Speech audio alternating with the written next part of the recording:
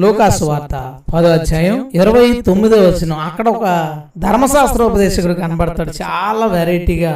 అయితే తాను నీతిమంతుడైనట్టు కనబరుచుకొనగోరి, ఇలాంటి ఇంకోటి కనబడతాడు. పరిసయ్యుడు సొంకరి ప్రార్థన చేసుకున్నప్పుడు ఏం చెప్తాడు? నేను దశమ భాగం ఇస్తున్నాను తెలుసా, వారానికి ఒక రోజు ఫాస్టింగ్ ఉంటాను తెలుసా, నేను ఇలా చెప్తున్నాడు స్టోరీ. ఆశ్చర్యమైన విషయం, ఎవరి దగ్గర చూపించుకుంటున్నాడు? ప్రభు దగ్గరికి వచ్చి తాను గొప్పవాడునని చూపించుకోవడానికి ప్రయత్నిస్తున్నాడు. ఎవడి ముందు? ఎదురుగా ఉన్న అతను ఎవరు? సృష్టికర్త అయిన దేవుడు. సృష్టికర్త ముందు ధూళి లాంటి ఒకడు తాను గొప్పవాడిని చూపించుకోవడానికి ప్రయత్నించడం ఎంత అపహాస్యంగా ఉందండి, ఎంత వెట్టకారంగా ఉందండి. ఆలోచించడానికి ఎలా ఉన్నాయో తెలుసు ఈ రోజులు అని ఎంత ఫీల్ అయి ఉంటాడు. అరే నా దగ్గర నీ ఫోజులు, నా దగ్గర నీ గొప్పలేంటి? మహానుభావుడు మహాదేవుడు మట్టి శరీరంలోకి వస్తే తగ్గించుకుని మట్టి లాంటి వాడు ఈయన దగ్గర పోజు కొడుతున్నాడు. మట్టైనోడు ఆ మహానుభావుని ముందు నేను గొప్పవాడిని తెలుసా అని చూపించుకోవడానికి ప్రయత్నిస్తుంటే మనసులో ఆయన ఎంత బాధపడి ఉంటాడు. నేను ఎంత గొప్పవాడిని అంత గొప్పవాడిని. ఆ పరిసైడు మంచి బట్టలు ఖరీదైన అద్భుతంగా తయారైపోయి అంత హడావుడిగా ఆయనకి ప్రార్థన చేస్తుంటే ఏమనుకుంటాడు? నా దగ్గర మీ గొప్పలు. ఆయన దగ్గర నుంచి దీనత్వాన్ని నేర్చుకోవాల్సిన మనం ఆయనకే ఫోజులు కొట్టే స్థితికి ఎదిగితే ఆయన చాలా బాధపడతాడు, చాలా చాలా బాధపడతాడు. ప్రభు దీనుడు. ఆ ఫోటో ఉంటది అక్కడ, తెల్ల బట్టలతో ఏదో ఆ అంగీతో చాలా దీనుడిగా ఉంటాడు. ఆయన దగ్గర ఆయన నమ్ముకున్న వాళ్ళు ఉంటారు, ఖరీదైన సూట్లు వేసుకుని. అరే అందరికి ఏమైనా మ్యాచ్ అవుద్దా అసలు? నన్ను అనుసరించమన్నాడు ప్రభు. ఒక్కసారి అలా మ్యాచ్ చేసి చూడండి. మన ప్రస్తుత సేవకులు గాని హడావుడి చేసే వాళ్ళని గాని మ్యాచ్ చేసి చూడండి ప్రభు పక్కన. అది మ్యాచ్ కుదరదు. మా అబ్బాయిని చూడగానే 10 మందిలో 20 మందిలో ఉన్నా సరే వాడు మీ అబ్బాయి అని అడుగుతారు. ఏడు మ్యాచ్ చెయ్యం. ఇప్పుడు మన ప్రభు పిల్లలు అంటే మ్యాచింగ్ ఏదో తెలియాలి కదా. కొంతమందిని చూడగానే క్రిస్టియన్స్ అయి ఉంటారు అనిపిస్తుంది. మ్యాచింగ్ కుదిరింది, ఆడవాళ్ళ మగవాళ్ళ అని కాదు, చూడగానే మ్యాచ్ కుదిరిన క్రిస్టియన్స్ అయి ఉంటారు. ఎవడో చెప్పుకోకర్లేదు, మెళ్ళ ఎంత సిలువ వేసుకోక్కర్లేదు. మనం క్రైస్తవుల్లాగా మాట్లాడడానికి అంటే కొంత మాట తీరు మారితే ఇంచి అంచి అట్లా మనం మాట్లాడితే క్రిస్టియన్స్ అని ఏం చెప్పక్కర్లేదు.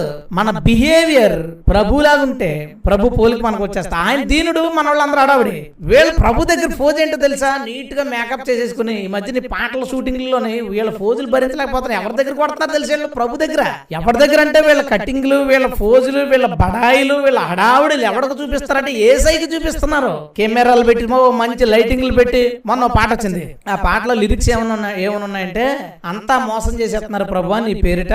వీళ్ళందరూ ఏదో నువ్వు గొప్పడు గొప్పడు అని పైకి చెప్తున్నారు కానీ వీళ్ళ గొప్ప కోసమే చూసుకుంటున్నారు, అంతా మోసం అని చెప్పి పాట చేశారు. ఆ లింక్ రాగానే క్లిక్ చేశాను, చూద్దాం. నిజంగా పాట వాళ్ళ కోసమే రాసుకున్నట్టు ఉంది. ప్రభు పేరిట వాళ్ళని వాళ్ళు చూపించుకోవడానికి ఆ పాటను వాడుకున్నారు. ఏంటి సూట్లు వేసుకుని పాడతారా ఎవరైనా? క్యాబ్ అసలు ఇప్పుడు ఎప్పుడైనా రికార్డింగ్ థియేటర్లోకి వెళ్ళారంటారా? శుభ్రంగా సూట్లు వేసుకుని ఫుల్ మేకప్ వేసుకుని కళ్ళు మూసుకుని పాడేస్తున్నట్టు వీడియో తీసేసుకుంటాడు జనాలు. ఇరవై ఇంకో జోక్ చెప్పనా? పల్లవ ఒక సూటుతో ఉంది, చరణం ఇంకో సూటుతో ఉంది. ఎవడైనా పల్లవ పాడేసి మ్యూజిక్ డైరెక్టర్ తో అన్న ఇప్పుడే సూట్ మార్చుకుని వస్తారని చెప్పి పాడతాడా? ఎవడో చూపిస్తున్నావు? మన హడావుడు ఎవడో చూపిస్తున్నాం, మన గొప్పలు ఎవడో చూపిస్తున్నాం అంటే ఏసై ముందు కొడుతున్నాం. వీళ్ళు వేసుకుని మా ఖరీదైన బట్టలు వేసుకుని ప్రభువా గొప్పవాడు అంటే ఎవరికి చేస్తున్నారు ప్రార్థన? ఎవడు చూడాలి? ప్రభు ఈ దీనుడు వైపు చూడు తండ్రి అని చూడగానే ఎవడబ్బాయి ఇక్కడ దీనుడు అని చూస్తాడు. ఆయన అక్కడి నుంచి ఎవడన్నాడు ఇక్కడ దీనుడు? ఎవరు దీనుడు? ఇక్కడ ఏ పోలిక లేదు. ఏమన్నా మాట్లాడతారు రాజబిడ్డలం, రాజులాగా. నిజంగా రాజబిడ్డలే, కాకపోతే ఆ రాజు చాలా సైలెంట్, ఆ రాజు చాలా దీనుడు. మరి రాజబిడ్డలు అంటే ఆ రాజులాగే ఉండాలి. ఏ రోజు రాజు పిల్లలం కాదు మనం. ఏ రోజు రాజులాగా ఉండడానికి ఏ రోజు రాజు ప్రశస్తమైన బట్టలు కట్టుకుని అబ్బా బంగారాలు ఆభరణాలు ధరించుకుని సింహాసనం మీద కూర్చుని గొప్పగా చెప్పుకున్న ఆ రాజు పిల్లలం కాదు మనం. మహాదీనుడిగా అంగీ తొడుక్కుని పరిచర్య చేసేది ఈ రాజు పిల్లలం. మనం ఈ రాజు పిల్లలాగా ఉండాలి. నిజంగా రాజు బిడ్డలు, ఆ రాజు పిల్లలం కాదు మనం. వీళ్ళందరూ ఎక్కువ ఆ రాజు పిల్లలే, ఈ రాజు పిల్లలుగా చెప్పుకుంటారు. గొప్పలో ఏసై ముందు ఫోజులు కొట్టే గొప్పలు. ఎప్పుడైనా మినిస్ట్రీ చేస్తున్న వాళ్ళు ఫోజులు కొట్టకండి ఎవరి దగ్గర. నువ్వు ఫోజు కొడుతున్నాడు దేవుని ముందు నిన్ను నువ్వు చూపించుకోవడానికి. ఈ పాటలంతే వాళ్ళే. అది ఒక మనిషి ఎన్ని యాంగిల్స్ లో ఉంటాడో, ఈ మోకం నుంచి ఈ యాంగిల్ నుంచి ABCDEF అనుకునే యాంగిల్స్ ఉంటాయి.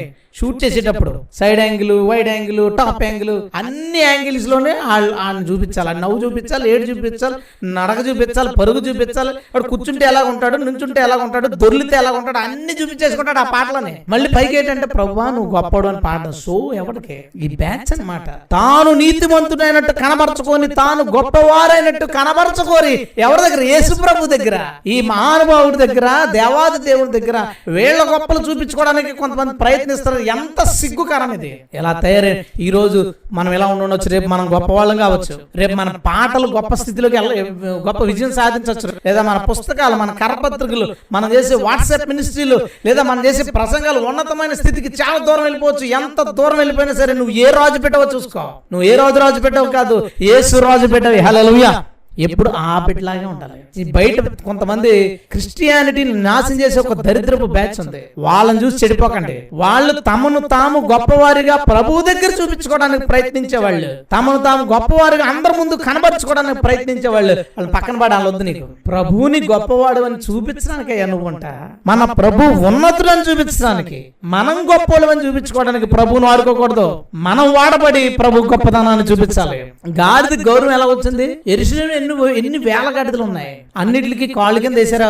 ఓ గాడిద నువ్వు నేల మీద నడవకూడదు, నిన్ను మేము గౌరవించాము కాబట్టి ఇదిగో ఈ బట్టల మీద నడుని యెరూషలేములో గాడిదలకి వేసారా క్లాతులు. ఏ గాడిదకి వేశారు? ప్రభు ఏ గాడిద ఎక్కాడు, ఏ గాడిద ప్రభువుని మోసుకుంటూ ఊరేగించుకుంటూ తీసుకెళ్తుందో ఆ గాడిద కాళ్ళ కింద వేశారు. మేమందరం గాడిదలం, మాకు వందనాలని మీరు ఎందుకు చెప్తున్నారండి? నేను పలానా ఆయన కొడుకునా వందనాలు చెప్పేది మీరు కాదు. నేను క్రీస్తుని మోస్తున్నానని, క్రీస్తును ఊరేగిస్తున్నానని నాకు సమాజంలో గౌరవం, అందుకు నాకు గౌరవం వేశారు. అంతేగాని వీళ్ళు ఏం చేశారు అనుకున్నా, గౌరవం రాగానే ప్రభు నువ్వు దిగు, బట్టల మీద మేము నడుచుకుంటాం, నువ్వు పక్కన నడు. ఇంకొకటి వీళ్ళు ఏ టైపు తెలిసి గాడిదలు ఏసు ప్రభు భుజాల మీదకి ఎక్కేసిన గాడిదలు ప్రభా మేము ఊరేగుతాం నీ మీదకి ఎక్కి. ఇప్పుడు ప్రభువుని నీ భుజాల మీదకి ఎక్కించుకున్నందుకే సొసైటీ నిన్ను గౌరవించింది. ప్రభువుని నీ భుజాల మీదకి ఎక్కించుకున్నందుకే క్రైస్తవులు నిన్ను గౌరవిస్తున్నారు. సమాజంలో నువ్వు యూట్యూబ్ లో ఏమైనా వీడియో పెట్టావంటే ఎందుకు చూస్తున్నారు? నువ్వు ఎక్కడైనా మీటింగ్ వస్తుంటే ఎందుకు వస్తున్నారు? ఎందుకు నీతో ప్రార్థన చేయించుకుంటున్నారు? ఎందుకు నిన్ను గౌరవిస్తున్నారు తెలుసా? నీవు ప్రభువుని మోస్తున్నావని. కొన్ని రోజులు ప్రభువుని మోసిన తర్వాత ఈ అన్ని వేసేసరికి ఓసన్న అంటే కింద గాడిద అనుకుంది, దాన్ని అనుకుంది. అబ్బా అబ్బా అబ్బా అంత గొప్పోడు అంటే గాడిద అనుకుంది, నన్ను అనుకుంది అనమాట. నన్ను అనుకుని ప్రభు నువ్వు దిగి నేను ఎక్కుతా ఈసారి నీ మీదకి.